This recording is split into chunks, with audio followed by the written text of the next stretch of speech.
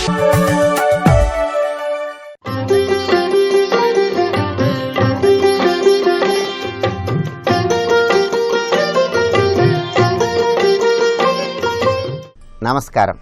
ప్రేక్షకులందరికీ శుభోదయం. ఈనాటి శుభయోగం శీర్షికన సర్వ ఏకాదశి సందర్భంగా ఎటువంటి విధి విధానాలను పాటించాలో, శివానుగ్రహాన్ని సిద్ధింపజేసుకోవటానికి ఎటువంటి ప్రత్యేకమైన పరిహార ప్రక్రియలు పాటించాలో పరిశీలిద్దాం. ప్రధానంగా ఈరోజు సర్వ ఏకాదశి సందర్భంగా ఏకాదశి వ్రతాన్ని ఆచరించడం, శ్రీ మహావిష్ణువుని పూజించడం, విష్ణుమూర్తి దగ్గర ఆవు నెయ్యితో దీపాన్ని వెలిగించడం, ఈరోజు ఉపవాసం ఉండి జాగరణ చేస్తూ విష్ణునామాన్ని స్మరించుకోవటం ద్వారా శ్రీ మహావిష్ణువు అనుగ్రహానికి పాత్రులై వృత్తి ఉద్యోగ వ్యాపారాల్లో విశేషంగా రాణించవచ్చు. అలాగే ఈరోజు సోమవారం సందర్భంగా అంతఃశత్రు బాధల తీవ్రతను తగ్గింపజేసుకోవటానికి, శత్రువులను సైతం మిత్రులుగా మార్చుకోవటానికి ఈశ్వరుడికి నారింజ ఫలాలు నివేదన చేయాలి. ప్రత్యేకంగా సోమవారం నాడు ప్రారంభించి వరుసగా 17 రోజుల పాటు ఈశ్వరుడికి నారింజ ఫలాలు నివేదించి వాటిని ఎవరైనా పేదవారికి దానం చేసి 18వ రోజు మీరు అభ్యంగన స్నానాన్ని ఆచరించి ఆ రోజు ఈశ్వరుడికి నారింజ ఫలాలు నివేదించి ప్రసాదంగా స్వీకరించినట్లయితే అంతఃశత్రు బాధల నుంచి చాలా సులభంగా బయటపడవచ్చు. శత్రువులను సైతం మిత్రులుగా మార్చుకోవచ్చు. అలాగే జాతక చక్రంలో అపమృత్యు దోషం ఉన్నవాళ్ళు అపమృత్యు దోషాన్ని తొలగింపజేసుకోవటానికి, దీర్ఘాయుర్దాయాన్ని సిద్ధింపజేసుకోవటానికి సోమవారం నాడు ప్రారంభించి వరుసగా 11 రోజులు ఈశ్వరుడికి ద్రాక్ష పళ్ళు నివేదించాలి. వాటిని ప్రసాదంగా స్వీకరించాలి, అందరికీ పంచిపెట్టాలి. 11 రోజులు పూర్తి కాగానే ఈశ్వరుడికి ద్రాక్ష పళ్ళ రసంతో అభిషేకం చేయాలి. ఇలా చేస్తే అపమృత్యు దోష తీవ్రతను తగ్గింపజేసుకొని దీర్ఘాయుర్దాయాన్ని, చక్కటి ఆరోగ్యాన్ని పొందవచ్చు. విదేశీ గమనం కోసం ప్రయత్నాలు చేసే వాళ్ళు ఎవరైనా సరే, మీ విదేశీ గమన ప్రయత్నాలు విజయవంతం కావాలంటే 3 సోమవారాల పాటు ఈశ్వరుడికి నారింజ పండ్ల రసంతో అభిషేకం చేసి స్వామికి చిమ్మిలిని నివేదించండి. ఆ చిమ్మిలిని ప్రసాదంగా స్వీకరించండి. ఇలా విదేశీ గమనం కోసం మీరు చేసే ప్రయత్నాలన్నీ కూడా చాలా చక్కగా ఈశ్వరానుగ్రహం ద్వారా సఫలమవుతాయి. అలాగే ఉద్యోగంలో అధికార పదవులను సిద్ధింపజేసుకోవాలనుకునే వాళ్ళు ఎవరైనా సరే సోమవారం నాడు ఈశ్వరుడికి సీతాఫలాలు నివేదించాలి. అలా సీతాఫలాలు నివేదించి వాటిని అందరికీ పంచిపెట్టినట్లయితే ఉద్యోగంలో అధికార పదవులు సిద్ధింపజేసుకోవటానికి, ఈశ్వరానుగ్రహాన్ని పొందటానికి ఆస్కారం ఎంతగానో ఉంది. అలాగే కళారంగంలో ఉన్నవాళ్ళు, నాట్యరంగంలో ఉన్నవాళ్ళు ఆ కళారంగంలో, నాట్యరంగంలో చక్కగా రాణించటానికి వరుసగా 11 సోమవారాలు ఈశ్వరుడికి జామకాయ నివేదించండి. ఈశ్వరుడికి నివేదించిన జామకాయలో సగభాగం గోమాతకు తినిపించి మిగిలిన సగం మీరు ప్రసాదంగా స్వీకరించండి. తర్వాత నవగ్రహ ఆలయానికి వెళ్ళి నవగ్రహాల చుట్టూ 11 ప్రదక్షిణలు చేయండి. ఇలా చేస్తే కళారంగంలో, నాట్యరంగంలో విశేషమైన రీతిలో రాణించవచ్చు. అలాగే ప్రత్యేకంగా స్వగృహ యోగం కోసం ప్రయత్నాలు చేసేవాళ్ళు ఎవరైనా సరే, మీ సొంత గృహం కలను సాకారం చేసుకోవాలంటే ప్రతి సోమవారము కూడా ఈశ్వరుడికి పుష్పోదకంతో అభిషేకం చేయండి. అంటే పుష్పాలు నీళ్ళలో కలిపి ఆ పుష్పాలు కలిపిన నీటితో ఈశ్వరుడికి అభిషేకం చేసి ఆ తర్వాత ఈశ్వరుడికి ద్రాక్ష పళ్ళు నివేదించి ఆ ద్రాక్ష పళ్ళు కుటుంబంలో సభ్యులందరూ ప్రసాదంగా స్వీకరించండి. పుష్పోదకంతో అభిషేకం చేయటం, ద్రాక్ష పళ్ళు నివేదించి ప్రసాదంగా స్వీకరించడం ద్వారా ఈశ్వరానుగ్రహానికి పాత్రులై స్వగృహ యోగాన్ని చాలా త్వరగా పొందవచ్చు. అలాగే సకల శుభాలు చేకూరాలంటే సోమవారం ఈశ్వరుడికి పసుపు కలిపిన నీటితో అభిషేకం చేసి అరటిపండు ముక్కలు నివేదించి దాన్ని ప్రసాదంగా స్వీకరించాలి. ఇలా చేస్తే ఈశ్వరానుగ్రహం ద్వారా కుటుంబంలో అన్నీ కూడా శుభాలే కలుగుతాయి. రేపటి శుభయోగం శీర్షికన మంగళవారం సందర్భంగా రాహుకేతువుల దోష తీవ్రతను తగ్గింపజేసుకోవటానికి ఎటువంటి విధి విధానాలను పాటించాలో పరిశీలిద్దాం. నమస్కారం.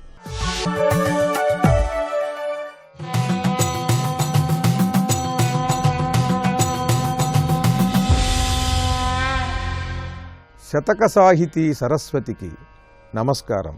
కరుణయుకింతలేక అవు కాదను యోచన సుంతలేక నీ దరికి చేర కోర నిజ దర్శనమీయవు భృత్యకోటికిన్ మరి మరి వేడ పల్కవిక మానిత నీకిది ధర్మమౌన నీ చరితము చూడ వింతయగు చాలము నిన్గన శ్రీరమాపతి.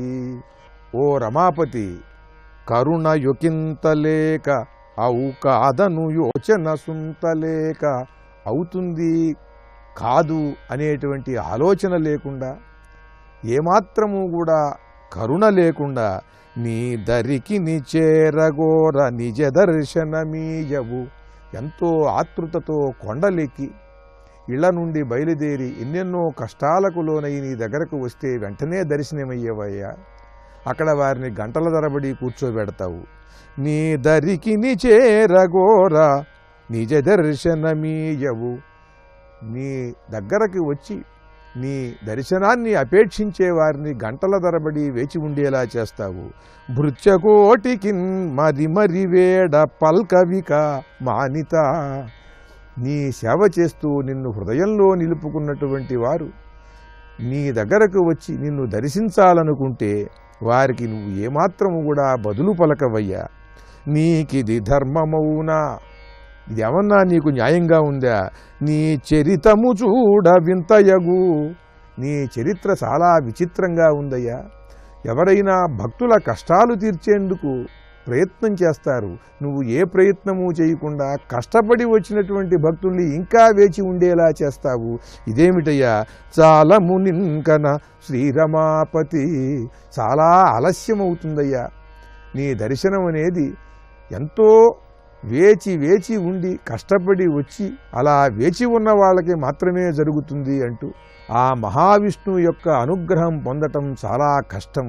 నియమ నిష్టలతో సర్వసమర్పణ చేసిన వారికే ఆయన అనుగ్రహం కలుగుతుందనేది తెలియజేస్తూ చక్కని పద్యరచనతో గొప్ప శతకాన్ని మనకు అందించిన విద్వత్ కవయిత్రి శ్రీమతి గిడుగు లక్ష్మీకాంతం గారి రమాపతి శతకంలోని మరి ఒక పద్యం గురించి రేపు ఉదయం తెలుసుకుందాం. ఓం నమో నారాయణాయ.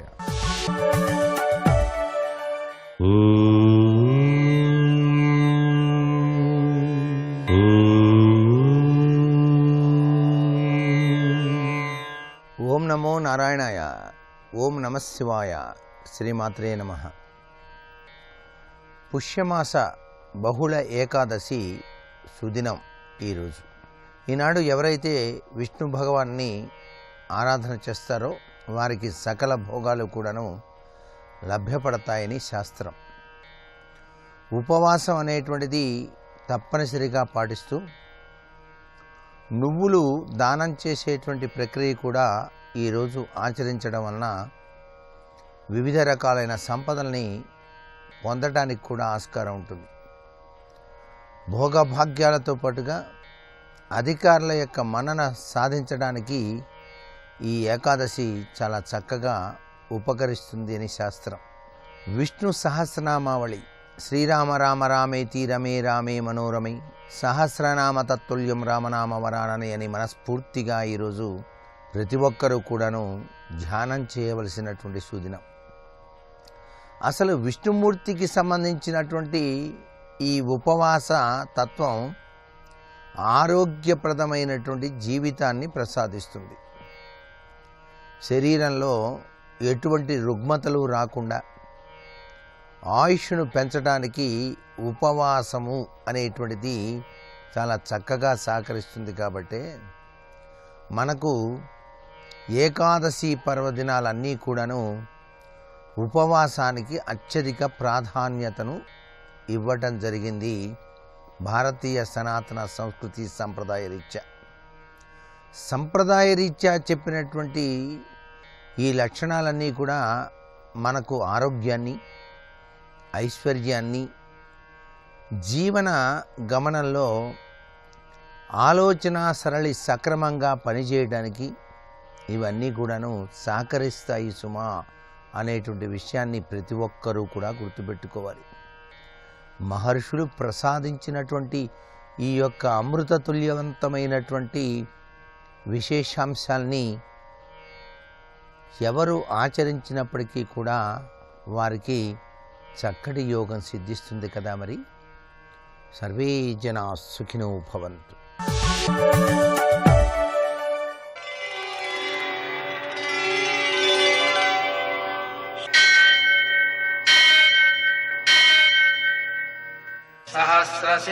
पुरुषं देवं विश्वाक्षं विश्वशम्भुवं विश्वं नारायणं देवमक्षरं परमं पदं विश्वतः परमां नित्यं विश्वं नारायणगुं हरिं विश्वमेवेदं पुरुषस्तद्विश्वमुपजीवति पतिं विश्वस्यात्मेश्वरं शाश्वतं शिवमच्युतं नारायणं महाज्ञेयं विश्वात्मानं परायणम्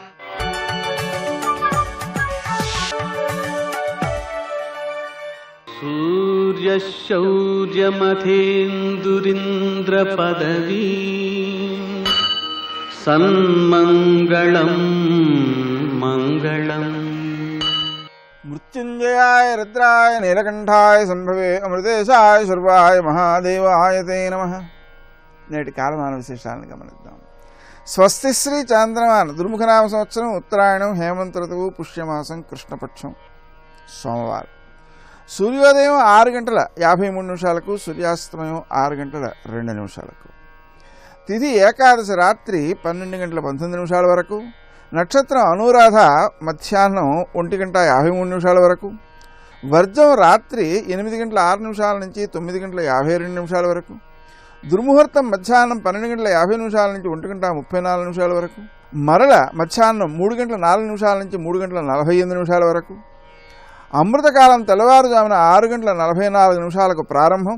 రాహుకాలం సోమవారం కాబట్టి ఉదయం 7:00 నుంచి 9 గంటల వరకు. అష్టవర్గ రీత్యా శుభప్రదమైన సమయం ఉదయం 10 గంటలకి. నేటి విశేషాలు. షట్తిలైకాదశి అంటే 6 రూపాలలో నువ్వులను ఉపయోగించవలసిన ఏకాదశి.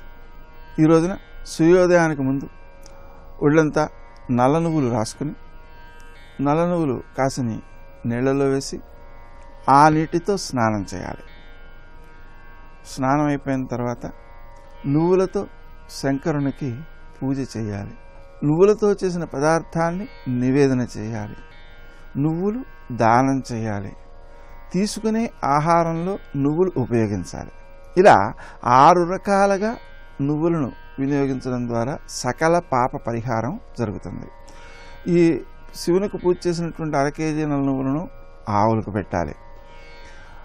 ఈ విధమైనటువంటి ఆచరణ ద్వారా ఏకాదశి ఉపవాస వ్రతం సాగించడం ద్వారా సకల పాప పరిహారం, సకల ఆరోగ్య ప్రాప్తి లభిస్తుంది. రాత్రి వేళ జాగరణ చేయడం, మర్నాడు ద్వాదశిలో పాలన చేయడం ఇవన్నీ వ్రతాంగాలే. నేటి ఆణిముత్యాలు.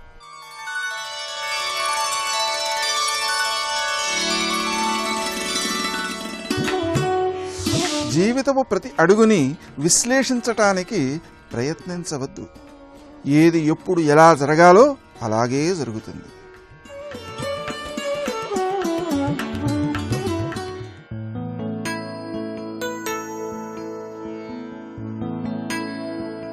సాధించలేనిది, సాధనతో రానిది, సమూలంగా నాశనం చేయలేనిదే సహజ సిద్ధమైన ప్రేమ.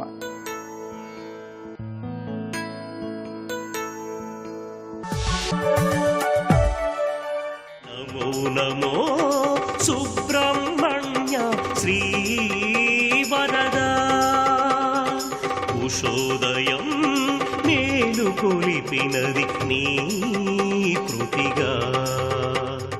సుబ్రహ్మణ్యారాధన చేసేవారిని ఏ గ్రహము బాధించలేదు. ఎందుకంటే గ్రహములకి సంకేతములై ప్రతీకలైన రత్నములలోంచి వచ్చారు వాళ్ళు. ఈ రహస్యం గ్రహించవలసిన విషయం ఉంది. అందుకే నమద్వీరబాహో అన్నప్పుడు వీరబాహుడు మొదటివాడిని చెప్పాడంటే మిగిలిన 8 కలుపుకోవాలి. దీన్ని శాస్త్రంలో ఉపలక్షకన్యాయం అంటారు. అలా నమద్వీరబాహో ప్రభో కార్తికేయ ఇష్టకామ ప్రద అని ఎవరైతే నీ నామాలు పలుకుతారో వారికి సంపదలిస్తావు. నేను అడుగుతున్న సంపద స్థిరాం దేహి భక్తిం భవత్పాద పద్మే. ఇవాళేదో గొప్ప భక్తులను స్తుతించవచ్చు, ఇది రేపేలా ఉంటుందని గ్యారంటీ నాకు లేదు. కానీ స్థిరమైన భక్తిని ఇవయ్యా. స్థిరాం దేహి భక్తిం భవత్పాద పద్మే శ్రియం నిశ్చలాం దేహి మహ్యం కుమార గుహం చంద్రతారం శువంశాభివృద్ధిం కురుత్వం ప్రభో మే మనఃకల్పశాల. మనఃకల్పశాల అంటే సంకల్ప కల్పవృక్షమా, అనుగ్రహించు, నాకు స్థిరమైన భక్తినివ్వు, నిశ్చలమైన సంపదనివ్వు. ఇంకో మాట, సూర్యచంద్రులు ఉన్నంత వరకు నా వంశము వృద్ధి చెందుగాక అని శంకరులు అంటున్నారు. ఇందాక చెప్పినట్టు మనల్ని అనుకోమని ఇంకొక అర్థం ఉంది, సన్యాసి కూడా అనవచ్చు. సువంశాభివృద్ధి, ఇది తెలియాలి అంటే కొంచెం శాస్త్ర పరిజ్ఞానం ఉంటే తెలుస్తుంది. వంశములు 2 రకములు. వంశము అంటేనే కొనసాగింపు, ఇది ప్రధానం. మామూలుగా ఒకడికి తనయుడు, మనవడు, ముని మనవడు, ఇది వంశం అనుకుంటాం. కానీ ఒక గురువు శిష్యుడు, శిష్యునికి శిష్యుడు, ఈ వంశము గురువంశము అని దీనికి పేరు ఇక్కడ. కనుక ఏ అద్వైత సిద్ధాంతాన్ని ప్రవర్తింపజేయడానికి నా పూర్వీకులైనటువంటి దక్షిణామూర్తిని మొదలుకుని క్రమక్రమంగా గోవింద భగవత్పాదుల వరకు, తర్వాత నా వరకు వచ్చిందో ఈ అద్వైత బ్రహ్మ విద్య తర్వాత కూడా కొనసాగించుగాక. శంకరులు అలా కోరుకున్నారు కనుకనే శంకర వంశం కొనసాగుతుంది. శంకరులు అని మనం పిలుస్తున్నటువంటి భారతీ తీర్థ స్వామి వారు, విధుశేఖర భారతీ తీర్థ స్వామి వారు కొనసాగుతూ వచ్చారు. ఇది గురువంశం. కనుక ఆనాడు శంకర సుబ్రహ్మణ్యుని అడిగిన కోరిక వ్యర్థం కాలేదు. మనకు శంకర తేజస్సు లభిస్తూనే ఉంది. అది గుహం చంద్రతారం సువంశాభివృద్ధిం కురుత్వం ప్రభోమే మన కల్పసాల అంటూ గొప్ప మాట మరొకటి ఉన్నారు. ఏంటంటే కళత్రోల్ల సత్పార్శ్వయుగ్మ, గొప్ప మాట వస్తుందండి ఇక్కడ. అంటే 2 వైపులా భార్యలతో శోభించేటటువంటి స్వామి. కళత్రోల్ల సత్పార్శ్వయుగ్మ, 2 వైపుల భార్యలు. నమామీశపుత్రం జపాశోణగాత్రం సురారాతి శత్రుం రవింద్వగ్నినేత్రం మహాబర్హిపత్రం శివాస్యాబ్జమిత్రం ప్రభాస్వత్కళత్రం పురాణం పవిత్రం. అమ్మల్ని చెప్పారండి. అమ్మల్ని తలంచుకోవడం చాలా ముఖ్యం కదా మనకి. అది తల్లులిద్దరినీ తలంచుకుంటున్న వల్లి దేవసేన. ఈ వల్లి దేవసేన ఇద్దరూ కూడా ఒకే తేజస్సు యొక్క స్వరూపం. ఆ తేజస్సు ప్రకృతి యొక్క షష్ఠాంశం. ప్రకృతి అంటే అమ్మవారు. అమ్మవారి యొక్క 6వ భాగం, మహాప్రకృతి యొక్క 6వ భాగం షష్ఠీదేవిగా ఉద్భవించింది. ఈ షష్ఠీదేవి పేరు దేవసేన. ఈ తల్లిని కానీ ఆరాధన చేస్తే అనారోగ్యాలు, శరీర బాధలు తొలగడమే కాకుండా వంశవృద్ధి జరుగుతుంది, సత్సంతానం కలుగుతుంది. సంతాన జనితమైన ఏ బాధలైనా పోగొడుతుంది షష్ఠీదేవి. తెలుసుకోండి, ఇక్కడ షష్ఠీదేవి ఆరాధన అంత గొప్పది. ప్రియవ్రతుడు అనేవాడు స్వయంభూమను కొడుకు. ఆయనకి లేక ఒక సంతానం కలిగింది. పైగా తపస్సులు ఆచరిస్తే కలిగాడు. కానీ మృత శిశువు కలిగాడు. ఏడ్చాడు. తండ్రిగా తన ధర్మం పాతి పెట్టడం, శ్మశానానికి తీసుకెళ్ళాడు. కానీ పాతి పెట్టడానికి మనస్సు రాలేదు. బోరుకు ఏడుస్తున్నాడు. ఆ ఏడుపు కరిగి ఒక ఆవిడ వచ్చింది. వచ్చి ఎన్నైనా ఏడుస్తున్నావు అంటే సంతానాన్ని చూపించి ఏడ్చాడు. ఆ దయకి కరిగిపోయిన ఆవిడ పేరే దేవసేన. ఆవిడ ప్రియవ్రతుడిని అనుగ్రహించి ఆ శిశువుని బ్రతికించింది. అప్పుడు తన తత్వాన్ని ఆవిడ చెప్తుంది. అప్పటి నుంచి షష్ఠీదేవి ఆరాధన అనేది ప్రియవ్రతుడి ద్వారా క్రమంగా వ్యాపించిందని దేవి భాగవతం చెప్తున్న అంశం. షష్ఠాంశాం ప్రకృతే శుద్ధాం ప్రతిష్టాప్య సుప్రభాం సుపత్రదాంచ శుభగాం దయారూపాం జగత్పురుషుం శ్వేతచంపక వర్ణాభాం రత్నభూషణ భూషితాం పవిత్ర రూపాం పరమాం దేవసేనాం పరాం భజే మాయాయై సిద్ధయోగిన్యై షష్ఠీదేవ్యై నమో నమః బాలాధిష్టాతృదేవ్యై షష్ఠీదేవ్యై నమో నమః. షష్ఠీదేవి స్తుతి చాలా విశేషంగా ఉంది. ఇవాళ మనం స్మరించుకున్నాం కనుక షష్ఠీదేవి తత్వమే 2 రూపములుగా వచ్చింది. వాళ్ళిద్దరూ కూడా వల్లీ దేవసేన. ఈ తత్వం వెనక పురాణ గాథలు అనేకం ఉన్నాయి. అనేకం ఉంటే ఏది కరెక్ట్ అని సందేహం రావచ్చు. కానీ సమన్వయించి చెప్పుకోవడం మన కర్తవ్యం గనక చెప్పుకునే ప్రయత్నం చేద్దాం. సుబ్రహ్మణ్యుని చూడగానే విష్ణువుకి మహాప్రీతి కలిగిందిట. ప్రీతి కలిగి ఆనందం బాగా కలిగితే కళ్ళు చెమర్చుతాయి ఆనందంతో. విష్ణువుకి కళ్ళు చెమర్చే ఒక్కసారి ఆనంద బాష్పాలు. 2 బిందువులు పడ్డాయి. నారాయణుడు అంటేనే చైతన్యమూర్తి కదా. ఆ 2 బిందువులు 2 అందమైన రూపాలు ధరించాయి. పైగా అందగాడిని చూసి ఆనందించిన అందగాడైనటువంటి విష్ణువు యొక్క కళ్ళలోంచి బిందువులు అందమైన స్త్రీ రూపాలు ధరించాయి. ఉభయం విష్ణువు నుంచి వచ్చే కనుక వైష్ణవ తేజస్సు, లక్ష్మి అభిన్నురాలు కనుక లక్ష్మీ కళ 2 ఉన్నాయి ఇక్కడ. వాళ్ళిద్దరికి ఒకరి పేరు ఆనంద వల్లి, ఇంకొకరి పేరు సుందర వల్లి. ఇది తెలుసుకోవాల్సిన మాట. ఇద్దరు వల్లులే, ఈ మాట తెలుసుకోండి. ఇక్కడ వాళ్ళిద్దరిని చూసి ఆనందపడ్డాడు విష్ణువు. వాళ్ళు పుట్టినదే సుబ్రహ్మణ్యుని చూసి వచ్చిన ఆనందం వల్ల పుట్టారు కనుక వాళ్ళకి సుబ్రహ్మణ్యుడిపై ప్రీతి కలిగింది. అప్పుడు ఒక మాట చెప్పాడు విష్ణువు, తపస్సు చేయనిది గొప్పది పొందరాదు కనుక నువ్వు తపస్సు చెయ్యి, మీ ఇద్దరు తపస్సుకు ఆచరించండి అని చెప్పాడు. ఇద్దరు తపస్సు కూర్చున్నారు. చిత్రం, ఈ ఆనందవల్లి తపస్సుకు సంతోషించే విష్ణువు, నువ్వు ఇంద్రుడి ద్వారా కన్యాదానం చేయబడతావు, అరిష్టనేమి అనే ప్రజాపతికి పుత్రికగా ఉద్భవిస్తావు అని చెప్పాడు ఆయన. ఈమెను నువ్వు వల్లి అనే పేరుతో ఒక బోయల్ రాజు కూతురుగా వస్తావని చెప్పారు. ప్రణాళిక రచన అయిపోయింది. అరిష్టనేమి కుమార్తెగా లభించింది. ఆమె పేరు దేవసేన, ఆనందవల్లియే దేవసేన. ఇది తెలుసుకోవాల్సింది. ఇక రెండవ ఆమె విష్ణువంశతో శివముని అని ఒక ఋషి తపస్సును ఆచరిస్తూ ఉంటే లక్ష్మి లేడి రూపంతో హరిణి, హిరణ్యవర్ణం హరిణి లేడి రూపంతో వచ్చినప్పుడు ఆ తపస్సు అయిన అతని తేజస్సు ఆ లేడి రూపంలో ఉన్న లక్ష్మిలో ప్రవేశించి ఒక శిశువు జన్మించింది. ఏమండి, మానవుడికి లేడి యందు ఒక స్త్రీ జన్మిస్తుందా అని ప్రశ్న వేయచ్చు. ఫిజికల్గా అసాధ్యం, కానీ తపశ్శక్తితో సాధ్యం. తెలుసుకోండి, తపస్సు చోట జనించినది అది అయోనిజే అని సంతానం. అది ఇక్కడ ప్రధానమైన అంశం. ఆ శిశువుని అక్కడే విడిచిపెట్టి మహర్షి అంతర్ధానమయ్యాడు. ఒక ప్రయోజనం ఉంది. అప్పుడే అటువైపు వేటకొచ్చినటువంటి నంబిరాజు అనేటువంటి వాడు ఆ శిశువుని పెంచి పోషించాడు. ఆమె వల్లి అంటే ఒక ఆటవికుల రాజుకు దొరికింది. రాజుకు దొరికింది కనుక యువరాణి. ఆవిడ అడవుల్లో తిరుగుతూ హాయిగా విహరిస్తూ ఉన్నది. ఆ విహరిస్తూ ఉన్న సమయంలో పిట్టల్ని కొట్టడం, లేళ్లని వేటాడడం అన్ని చమత్కారంగా చేస్తాం. ఈ సమయంలో తన కోసం జన్మించిన ఆమెను చేపట్టాలి కదా సుబ్రహ్మణ్యుడు. ఆయన పృథ్వీకి వచ్చాడు. ఎలా వచ్చాడంటే ఒక వేటగాడి వేషం వేసుకొచ్చాడు. ఆయనకేం పోయింది? ఆ వేటగాడి వేషం వేసుకుని వచ్చి, ఏం పిల్ల, నేను ఒక లేడీని తరుముతూ వచ్చాను, ఇక్కడికి వచ్చిందా అని అడిగాను. నువ్వు తరిమి లేని వెతకడమేనా నా పని? నాకేం కనబడలేదు అంతే. లేదు, కొంచెం ఆలోచించి చెప్పు అంటే నాకేం కనబడలేదు అంటే, చాలా బాగున్నాను, నన్ను పెళ్లి చేసుకుంటావా అంటే, మా కులదైవం సుబ్రహ్మణ్యుడు, నాకు బుద్ధి వచ్చిన దగ్గర నుంచి సుబ్రహ్మణ్యుడు తప్ప మరొకవన్నీ చేపట్టాలని నిర్ణయించుకున్నాను నేను ఆయన కోసమే.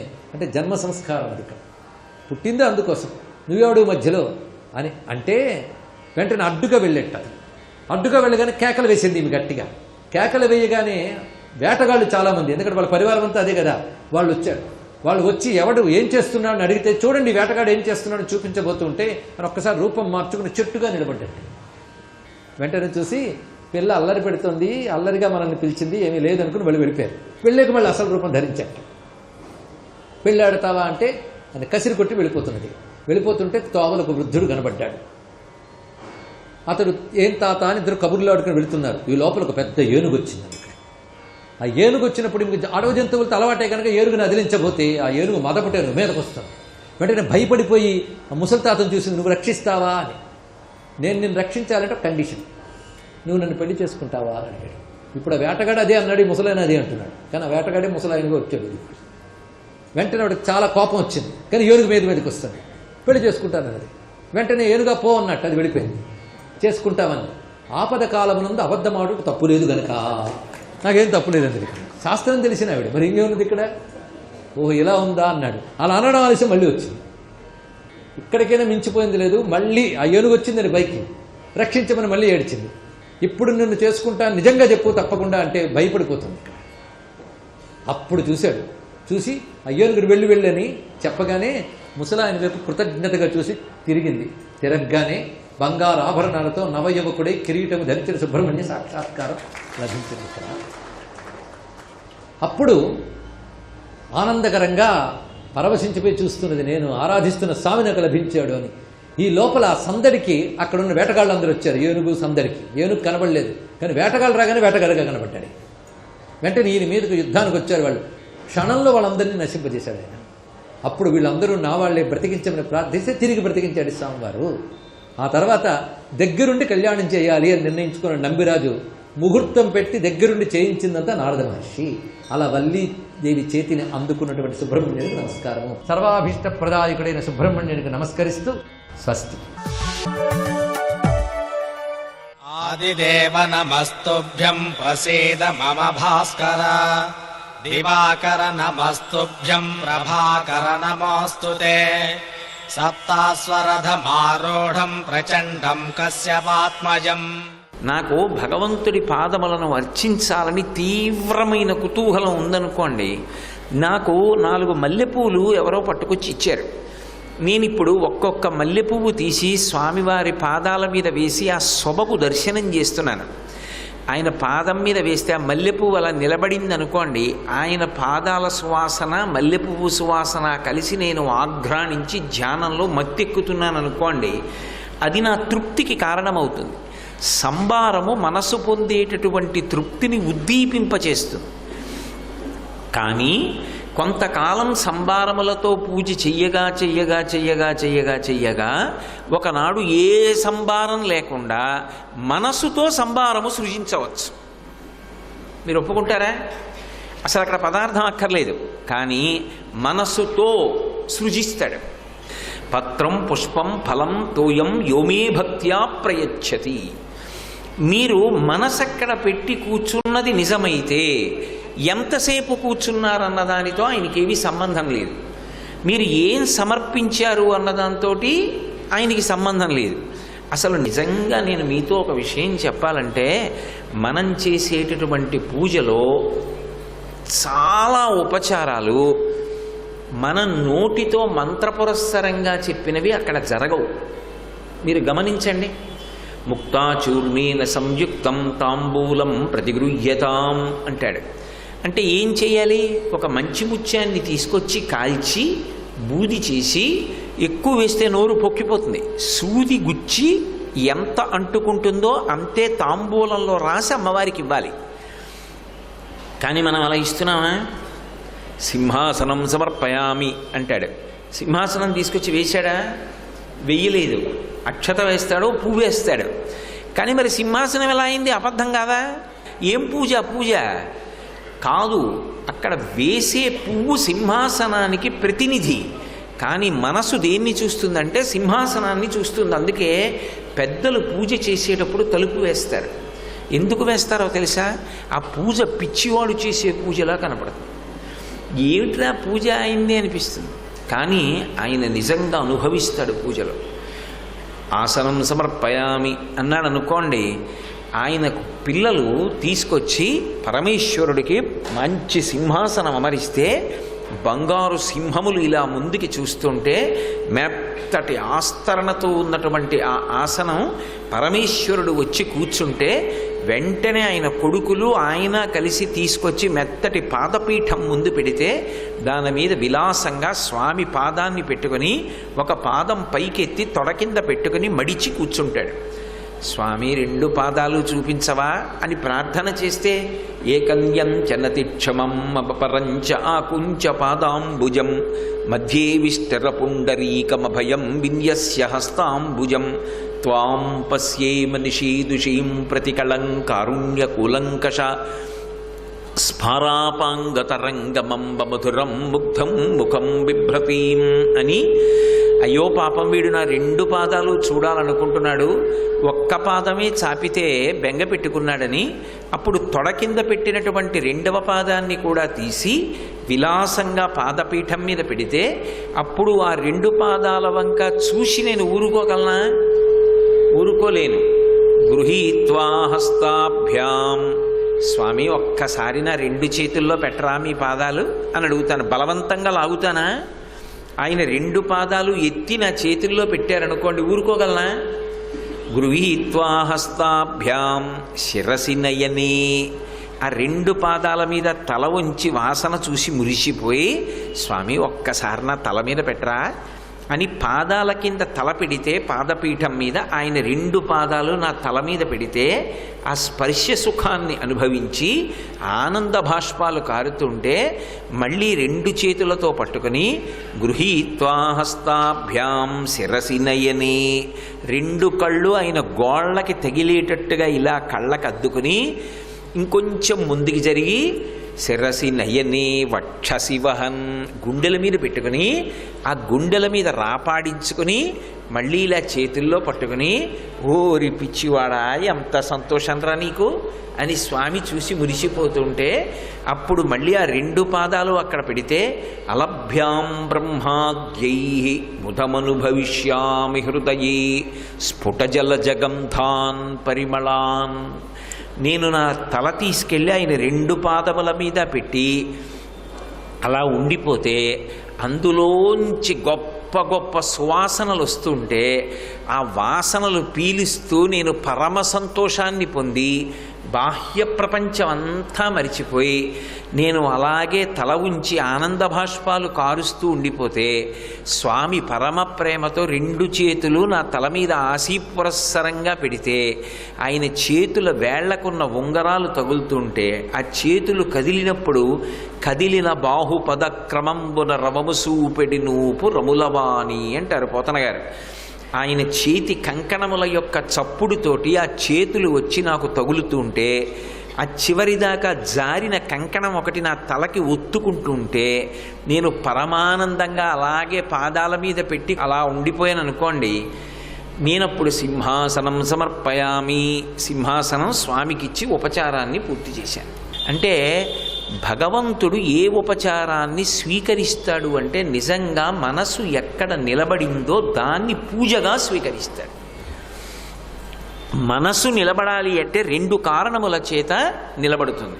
అలా నిలబడిందనుకోండి, ఉత్తర క్షణంలో వాడు ఏమవుతాడో తెలుసా? పూజ చేసిన వాడు పూజనీయుడవుతాడు. అది పూజలో ఉండేటటువంటి విచిత్రమైనటువంటి లక్షణం. ఎవరు పూజించాడో వాడు ఇంకొకరిని పూజ చేశానని కదా అనుకుంటున్నాడు, కానీ వాడు లోకము చేత పూజింపబడతాడు.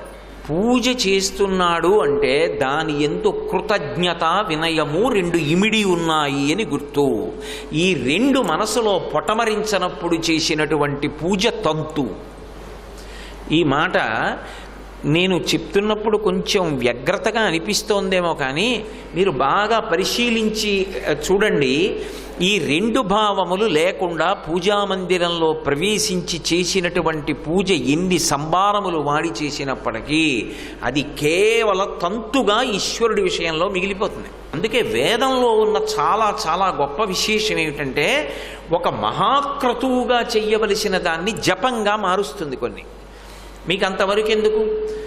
రుద్రం ఉంది, రుద్రం బ్రహ్మాస్త్రం, అంత గొప్పది. దానితో తెల్లవారి లేస్తే అభిషేకం చేస్తాం, మీరు శివాలయంలో చూస్తూ ఉంటారు.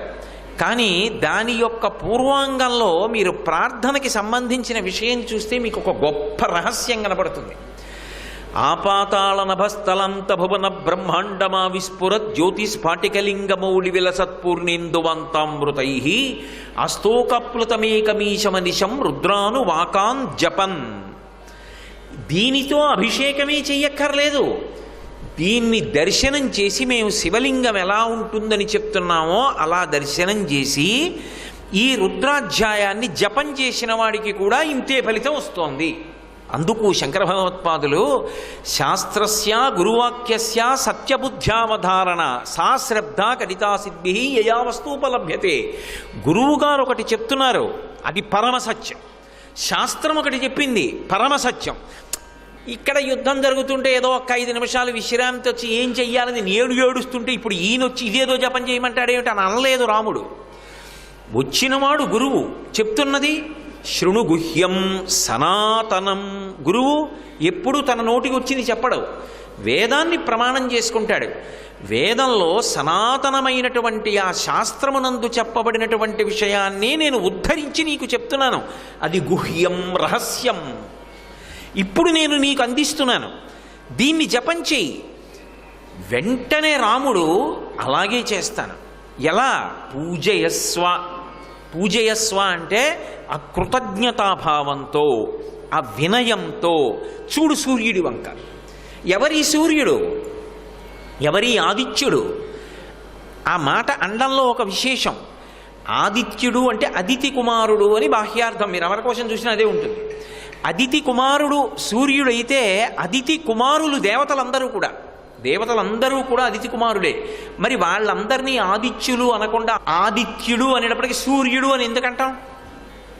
మరి వాళ్ళని కూడా ఆ పేరుతోటే పిలవాలి కదా. మరి వాళ్ళని అనకుండా ఆదిత్యుడు అన్నాను అనుకోండి, ఎవరండి అన్నాను అనుకోండి, నిజానికి దేవతలందరూ కూడా అదితి బిడ్డలే. సర్వం శ్రీ ఉమామహేశ్వర పరబ్రహ్మార్పణమస్తు. స్వస్తి.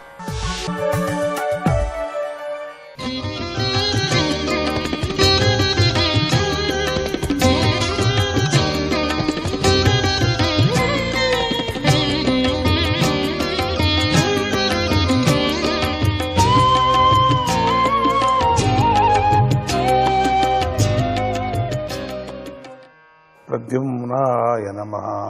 నారద మహర్షి ఇలా చెప్పసాగాడు. ఓ ధర్మరాజా, ప్రహ్లాదుడు అంతా నిండి ఉన్నటువంటి పరబ్రహ్మను దర్శించే మహాజ్ఞాని. పరబ్రహ్మమే పూర్తిగా తనలో నిండి ఉన్న, ప్రపంచమంతా నిండింది, తనలోనూ నిండినాను అనేటువంటి భావనతో కలిగినటువంటి ప్రహ్లాదుడు పరబ్రహ్మను దర్శించేటువంటి మహాజ్ఞాని. అందుచేత అతడి మనస్సులో రాగద్వేషాలు లేనే లేవు కదా. సర్వ ప్రాణులను ఆత్మస్వరూపంగా దర్శిస్తున్న అతడిలో భగవంతుడి యొక్క తేజస్సు నిండుగా వ్యాపించి ఉంది. కనుకనే శస్త్రంతో కొట్టటము, శాస్త్రంలో వాగ్వాదము, ఇవన్నీ కూడా ఒక చర్చా విధానంలో పరమాత్ముడిని తెలుసుకోవటం. శస్త్రంతో కొట్టడం కూడా ఒక విధానమే చెప్తారు. ఎంత చేసినా కొండ మీద నుండి తొయ్యటము మొదలైనటువంటి ఎన్నో ప్రయత్నాలు చేసినా కూడా హిరణ్యకశిపుడు ప్రహ్లాదుడిని సంహరించలేకపోయాడు. అంత పెద్ద రాక్షసుడు సంహరించలేకపోయాడు కొడుకుని. ఆ పై జన్మలో జయ విజయులు ఇద్దరు కూడా విశ్రవసు కేశిని దంపతులకు మరి రావణ కుంభకర్ణులు అనేటువంటి రాక్షసులుగా జన్మించి సకల ప్రాణులను పీడించారు. అప్పుడు శ్రీరాముడే అవతరించి ఆ జన్మలో కూడా వారిద్దరిని సంహరించి శాపవిముక్తిని కలిగించారు. ఈ 3 జన్మల విచారంగా ఆ శ్రీరాముడి పరాక్రమం గురించి నీకు మార్కండేయ మహర్షి చెబుతాడు. రావణ కుంభకర్ణుల జన్మ తరువాత శ్రీహరి ద్వారపాలకులు ఇప్పుడు క్షత్రియ కులంలో నీ పినతల్లి కుమారులు శిశుపాల దంతవక్తులుగా జన్మించారు. వాళ్ళిద్దరే జైవిజయులు ఇద్దరే. శ్రీకృష్ణుని చక్రంతో వారి పాపాలను నశించి పరమాత్ముడే సంహారం చేసేటప్పుడు ఇంకా వాళ్ళకి ఏ లోకాలు? స్వర్గలోకమే కదా.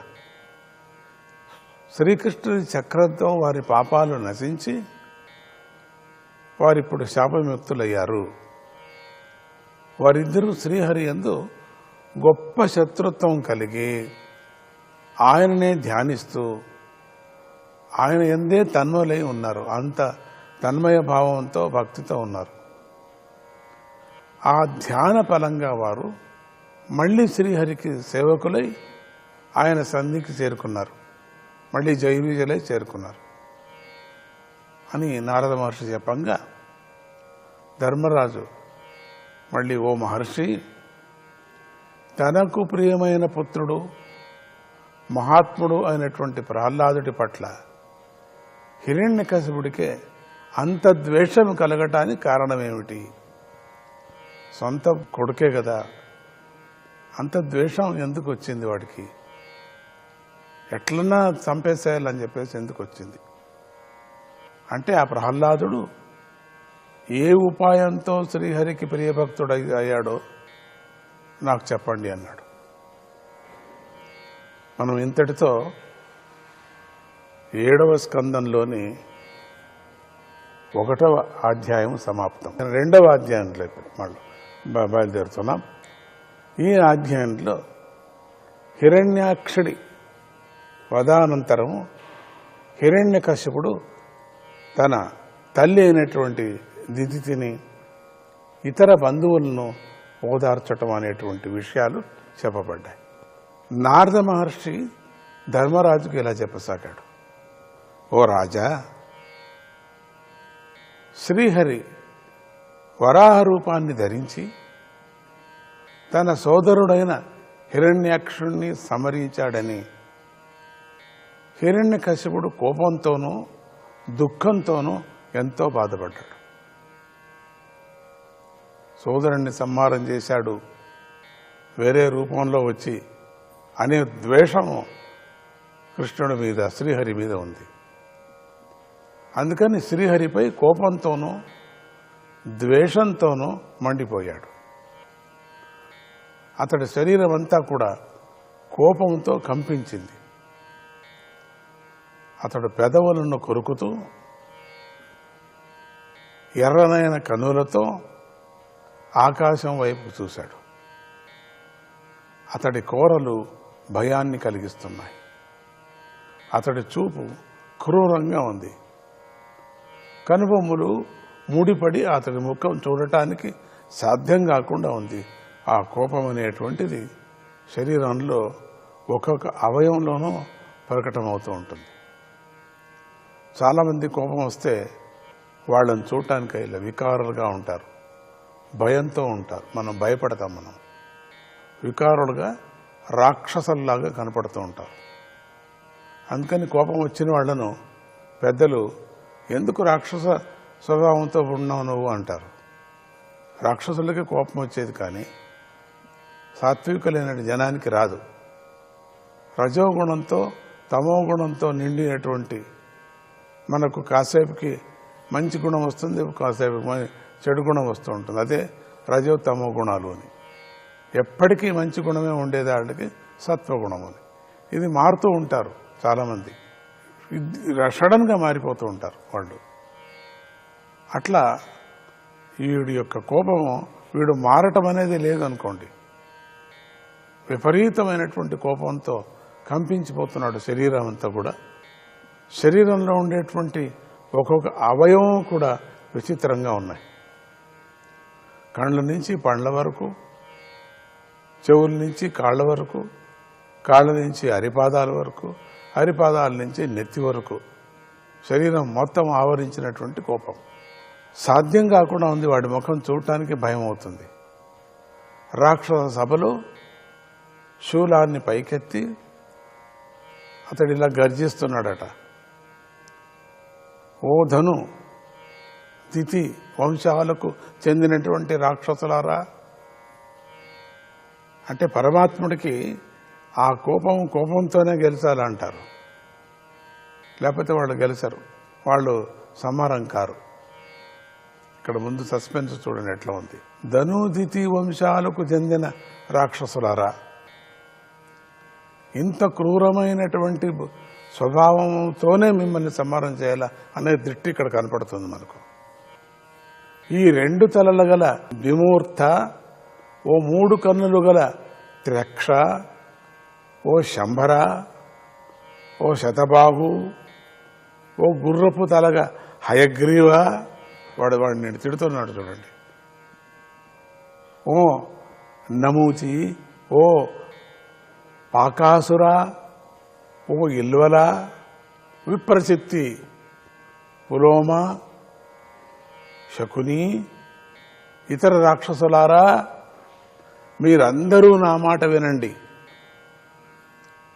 వెంటనే నేను చెప్పినట్లే చేయండి. ఆలస్యం మాత్రం చేయకండి. ఎందుకంటే నా సోదరుడి మీద నాకు విపరీతమైనటువంటి వ్యామోహం. నా సోదరుడు నాకెంతో ప్రియమైనవాడు, మేలు చేసేవాడు నాకు. అల్పులైన నా శత్రువులు తమ సేవలతో అందరి యందు సమభావం గల శ్రీహరిని సంతోషపెట్టి ఆయనను తమ వైపు త్రిప్పుకున్నారు. వీళ్ళంతా దేవతలు ఆయన చేత నా సోదరుడిని సంహరింపజేశారు. ఈ దేవతలందరూ చేరుకొని ఏదో కాస్త నైవేద్యం పెట్టి, ఏదో కాస్త ఆయన్ని సరిచేసుకొని ఇట్లా నా సోదరుని వేరే రూపాలతో సంహరించబడ్డారు. శ్రీహరి ప్రద్యుమ్నాయ నమః.